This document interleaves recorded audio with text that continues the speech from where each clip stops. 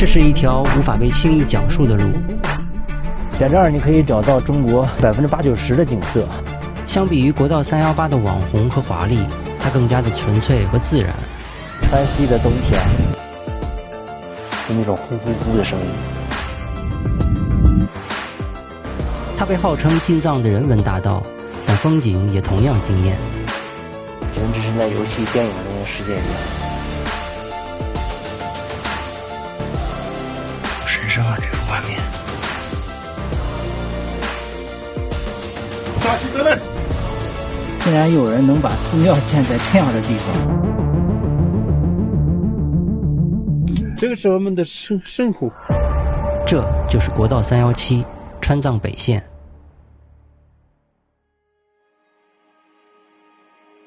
離開成都，我們這次川藏北線的第一站來到了這個多少令人傷感的地方。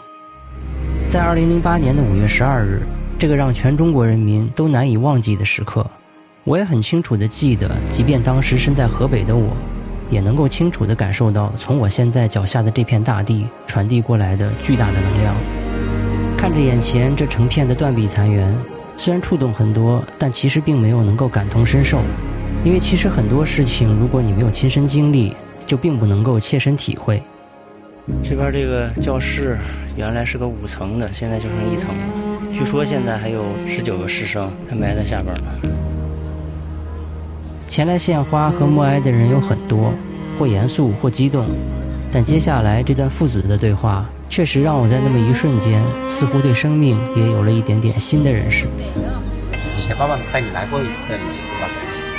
有的老師死了，有的老師沒死，有的小孩不死。你還記不記得爸爸以前帶你来過一次這兒？啊，以前你也送過一次花。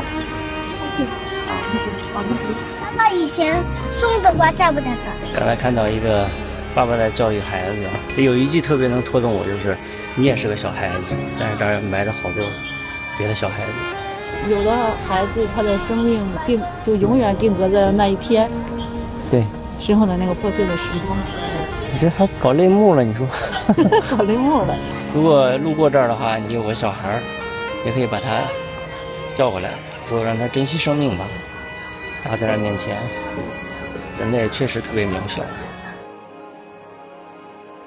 如今的映秀已經走出陰霾和傷痛，誰也看不出來大自然在如此美麗的地方曾經在這裡瞬間就抹掉了一切，但我們能做的也只有敬畏和守護。現在的海拔應該是4000，然後我們在前往李小璐的起點這兒，現在海拔已經越來越上了，而且看那邊雪山，雲裡霧裡的，很仙兒的。這應該也屬於是四姑娘山的地方，四姑娘山大景區。這還有個特別著名的碣石溝，四姑娘山地質公園碣石溝都在這兒，準備就從這兒馬上就進去了。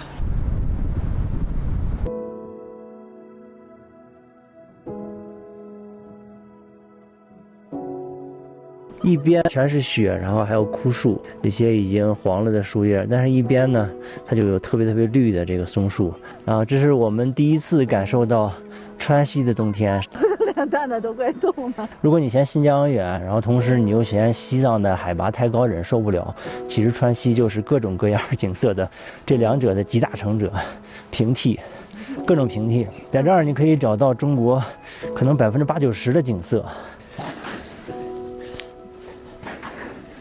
誰不玩個出溜滑啊？應該說小時候北方的人，南方的小伙伴估計是沒有這個福分。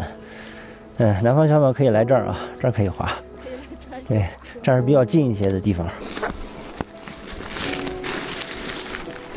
初冬的川西沒有夏天的生機和鬱鬱蔥蔥，少了一些熙熙攘攘的遊人，但也多了一些大自然本來就應該有的寧靜。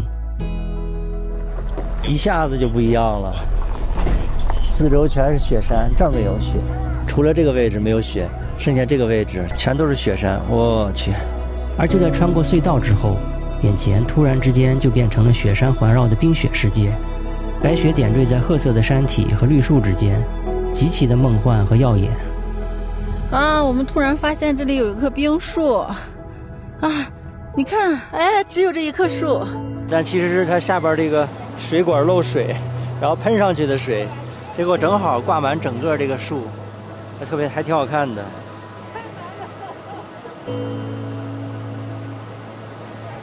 景色呀，无关大小，有的时候就是非常微小的一个小景观，有的时候也能让人感觉到特別的美好。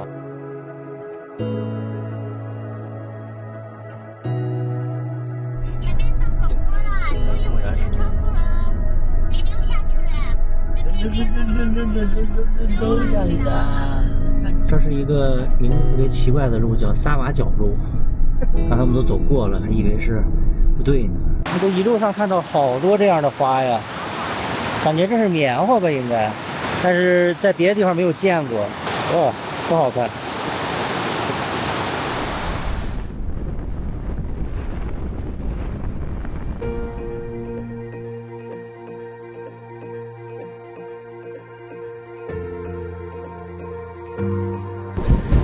現在我們是在海拔4466米的地方，目前為止也是我們此行海拔最高的地方了。終於體驗到了川西的冬天，身後的白茫茫的雪山。其實我認為這一段的風景，我個人認為比李小璐好看。基本上你就是沿着雪山一直在往上走。我們現在是在牛干馬肺海中間的一個停車場，晚上決定在這兒車中泊一下，拍拍這兒的星空。不知道你們能不能聽到，現在應該是冬季那邊正在結，但是還沒有結好冰，所以湖裡頭現在出來的聲音就怎麼說呢，還是有點可怕的，就那種呼呼呼的聲音，不知道能不能聽得到。天上的星空，哇，肉眼可見的就是特別的多，就算是冬季也特別的多。然後一會兒我們在這個位置就加一下機位，看看能拍到什麼樣的畫面。哇，太漂亮了！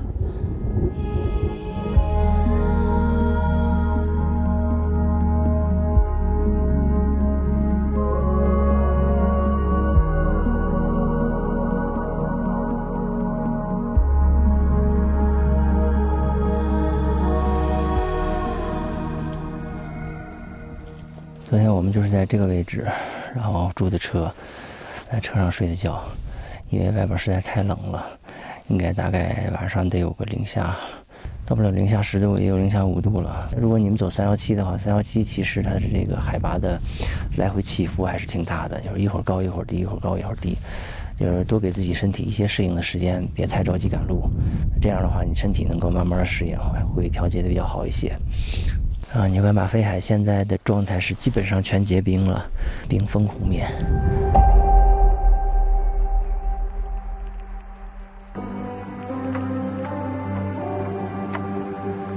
曲東拉措被大自然巧妙地雕琢，像極了牛干馬肺，因此而得名牛干馬肺海。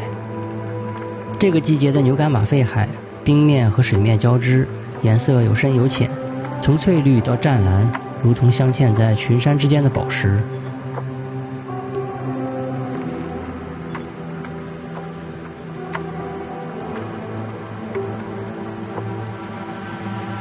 我們現在走到了牛干馬肺海的湖邊，即便你離得不是特別近，離得特別遠的話，你都能聽到這樣的聲音。哇，聽到沒有？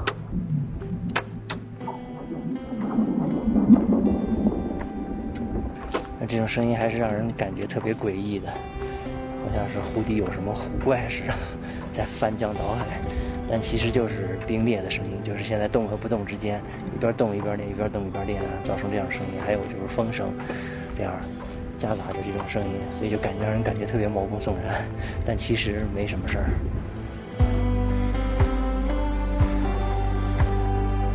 太陽升起後，照耀在遠處的雪山，白色從山頂延伸到湖邊，湖面泛起的漣漪，在陽光的照射下，閃爍着有點虛幻的光芒。眼前的整片天地都在以最純粹的方式展示着只屬於這裡的純淨和遼闊。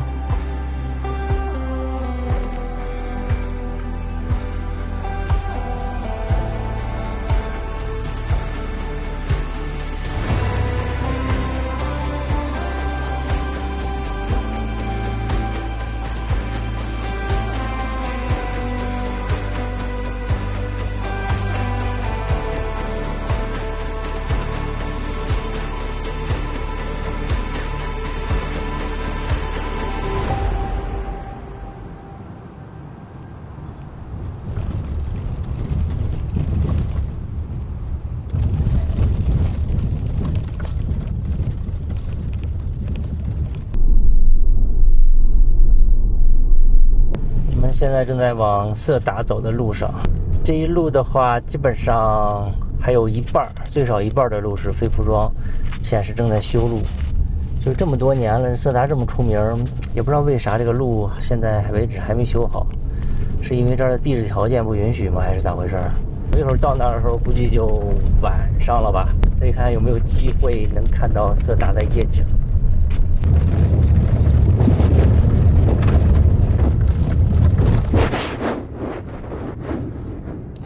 哎呀呀，这里是一個猴子王國嗎？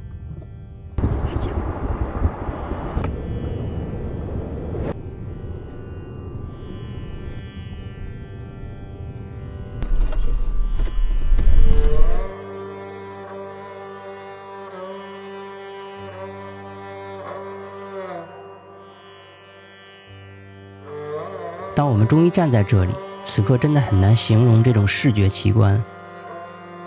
眼前整片紅色的建築，像一部被時間反覆翻閱的經卷，在山谷中緩緩地鋪開。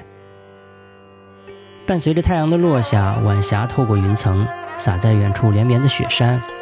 藍調時間下的色達，山谷裡的燈火逐一點亮。而當所有的燈火匯聚，世界也只剩下星河璀璨。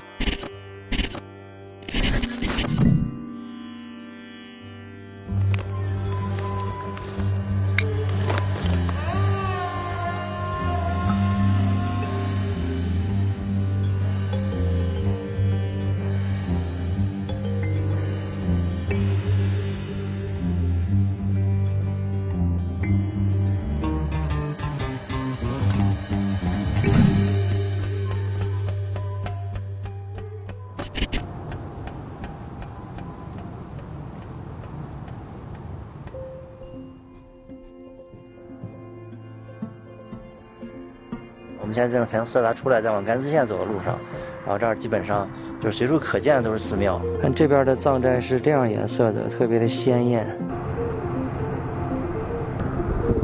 哇，真好看！這是什麼雪山呢？這屬於 S455第47，景色是越來越棒了。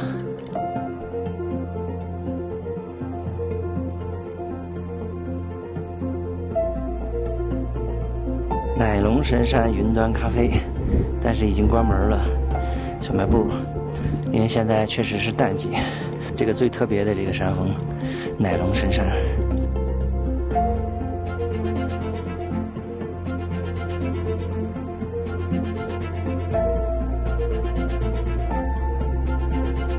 我們又好像置身在一個魔幻的世界中。那這個最高點的話，那是光禿禿的山，什麼都沒有。再往下走，又開始有一些綠色的樹，很有層次的。這個倒是，真的是路上的風景才是最好看的風景。這一段路叫色羅路，真只是在遊戲電影中的世界一樣。從這兒專門修了一個木棧道，這兒有一個特別小的一個廟。穿過色羅路駛向甘孜縣的途中，公路在高原上緩慢延伸，整排的雪山和連綿的草原開始用一種極具壓迫感的姿態，慢慢地出現在我們的視野。哇，天哪！雪山群腳下的一片寺廟，哇，太漂亮了。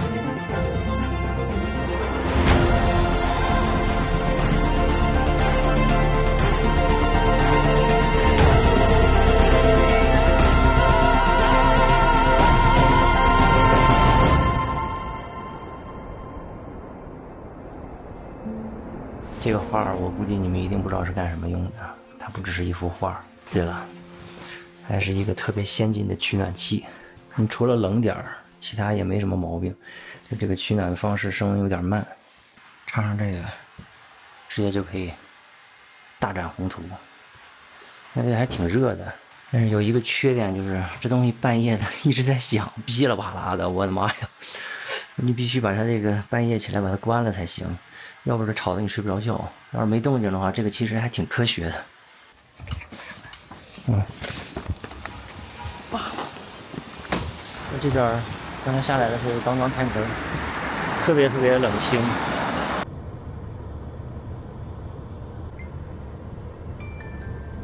現在是將近10點鐘，這邊好多店都沒有開門。這是怎麼停啊？前行100米。門口這兒好多好多轉的人啊，全是轉這個經院的人，好多呀！現在這個就是德格印經院，其實它就是一個裡頭就讓免費參觀的。大家現在可以看到我身後，哇，跟剛才在德格縣城裡頭這個形成巨大的反差。這兒人特別多，特別熱鬧，但是德格县城裡头人特別少。那需要登記一下。哦，这個存这兒是吧？這個也要存嗎？哦。我們現在就在印經院裡面，但是因為裡頭的話是不允許拍照的，不允許專業相機拍照的，所以我們現在用手機拍照，就是為了融入這個整個的建築風格，攝像頭都做成這樣。這裡面刻的應該都是經文，然後全部都是密密麻麻的。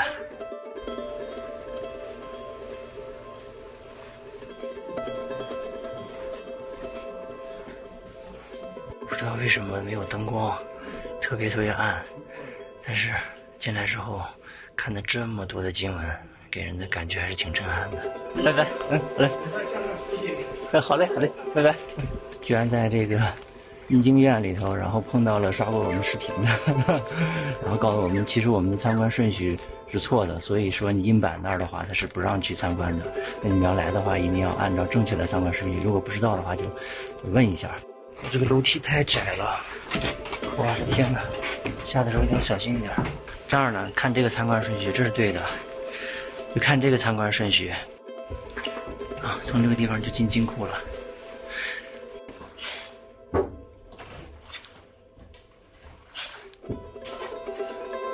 哇，好神聖啊！這幅畫面。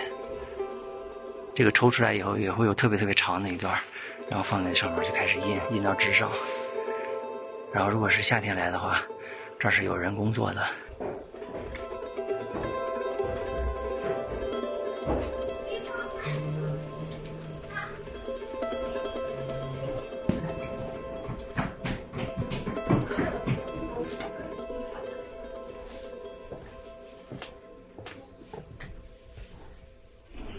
我們在路上拍到好多徒步過來的，估計都是來這兒。會不會再往前走不知道，但是他們在這兒一定是個很重要的地方，所以在這兒他們就會轉這個整個印經院，然後來這兒祈福什麼的。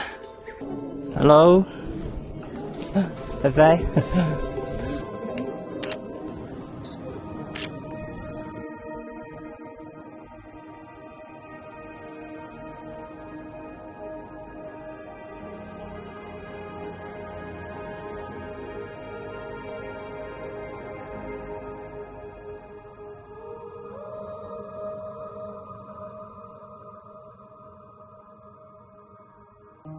與德格縣形成鮮明對比的是圍繞着德格印經院一圈圈朝拜的無數的藏族同胞，而作為藏傳佛教最重要的印經中心之一，這裡被稱為藏文化大百科全書，雪山下的寶庫。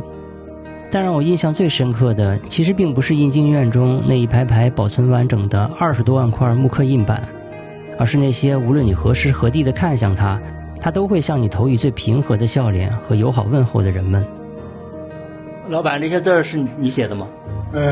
我弟弟寫的。啊，厲害！現在我們呢也應該差不多。你的字也問題不大是吧？能看到這種手寫價目表的不多了啊，寫到這種程度的也不多了。文化人，不知道你們給這個字打幾分？德格這樣一個小縣城，我竟然看到了這樣的毛筆字，比較意外。親自去送外賣啊？送外賣的時間比較多，我們四川說這頭搬餃子，那頭可以撿帽子。啊，這麼形容的，這邊摔跤子，那邊撿帽子。明白了。就是徒步的話，如果去西藏的話，拉薩他們就是從這兒走的比較多一些。對。啊，因為會過色達，會過德格什麼之類的，是吧？對，三八來說，那就是玩的很多。要差車多，現在就屬於淡季。今年這個趨勢不怎麼好。怎麼你這個小店都能感覺出來嗎？那就德格的很多店都關門了，房租很高，就往上面一走，隨便一個就這麼一間屋，一年都是6、7萬，有那個轉讓費。還有轉讓費。這家店的老闆來自四川南充，當兵出身，菜的味道和這一手好字一樣，開在這樣一個這頭摔跤那頭就能撿帽子的小地方。從廚師到服務員再到外賣員，老闆身兼數職，雖然生意不好，但他依然在用積極的心態面對着和生活着。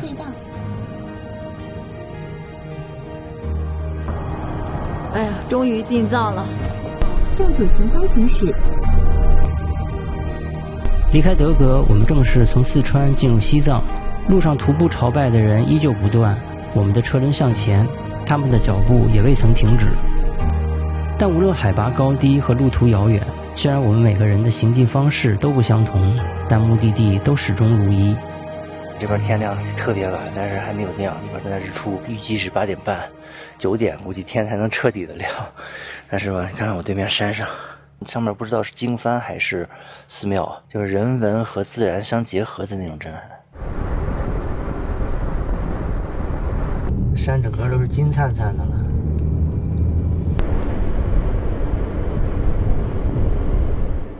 在我眼前，这就是自助寺，一个建在山尖上的寺庙。这应该才是最厉害的这个攀岩運動員羚羊。我們現在就是去那個著名的，又叫天空之側，又叫雲端之側。他們正在往上背水，就這兒的話全靠這個往上背水，特別費勁。我們來的時候這兒在進行一場天葬，但是沒有人家的允許的話，就不要去觀看，所以我們就直接開走了。剛才可以看到他頭頂上很多禿鷲在圍着這兒轉。這個狗狗一直在找我們，好像是要吃的。你要去天空之側，你就需要穿過整個村子。現在拍東西得先喘一下。哎呀，4800爬了多少？以前有4900嘛。哇，這背着水是吧？哇。這個是很辛苦的。是，我看出來了。我們在這兒爬這麼一點點就行，累得不行了。你們天天在這兒爬它們。是。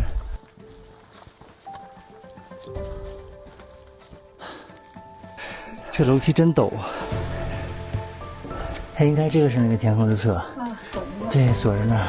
這可能是得叫人家過來開門。算了，咱們別進去了，別叫人家了，人家得爬上來。實在是太不可思議了，在天上的寺廟，就這種人文和自然的結合，你就想象不到在幾千年之前，竟然有人能把寺廟建在這樣的地方。當清晨的地獄裡陽光灑向山頂，奇峰、怪石與古老的殿宇在這一刻顯現，人文和自然、信仰和守護也就不再需要被解釋，因為它們已經和金色的陽光一起融入在了這4000多米的高原之上。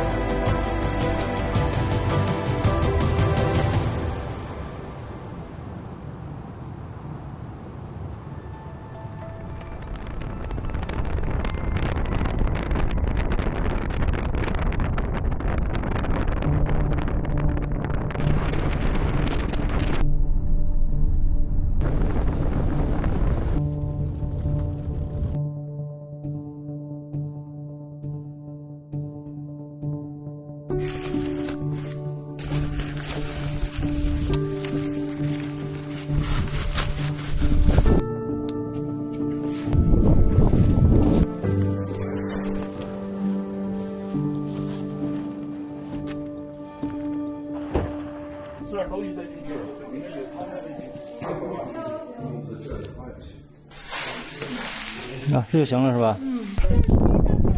對，那個架上。有。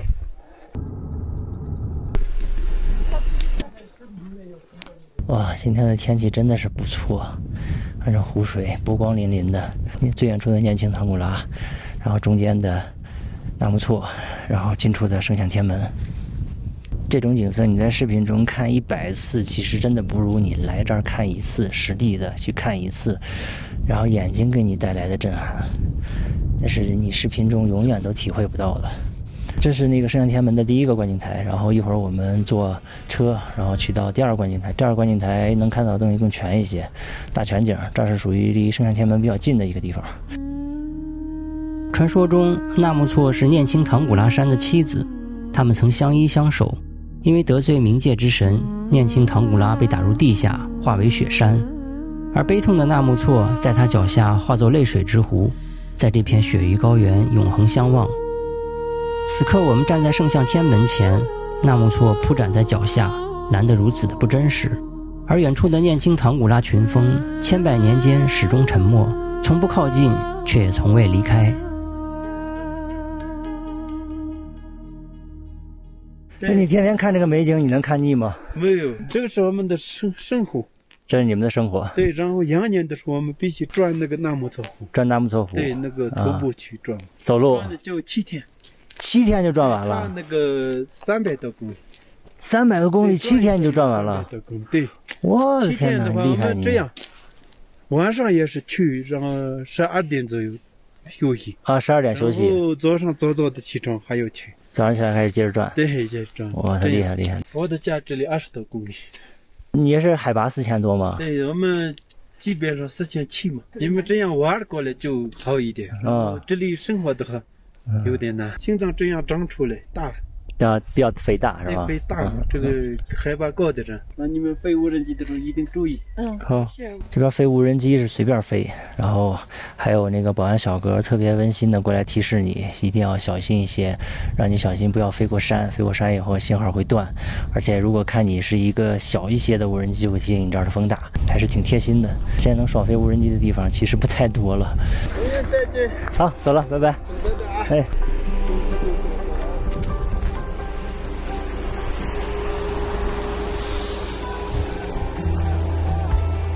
這是另外一個觀景台，如果你要上這個觀景台的話，你得從那個位置，從這個位置一直爬上來，海拔是有點高的，所以需要慢一點。但是，一旦你爬上來，哇，天哪！一字排開的念青唐古拉，這一溜雪山，然後眼前的納木錯。西藏沒有海，卻匯集了這個世界上所有的藍。但或許正是因為這樣不真實的美，才有了這樣的神話故事。大自然和時間共同造就了眼前所有的這些：雪山佇立，湖水靜默，風從耳邊掠過，帶走多餘的聲音，只留下美好和純粹。而我們能做的，依然也只有敬畏和守護。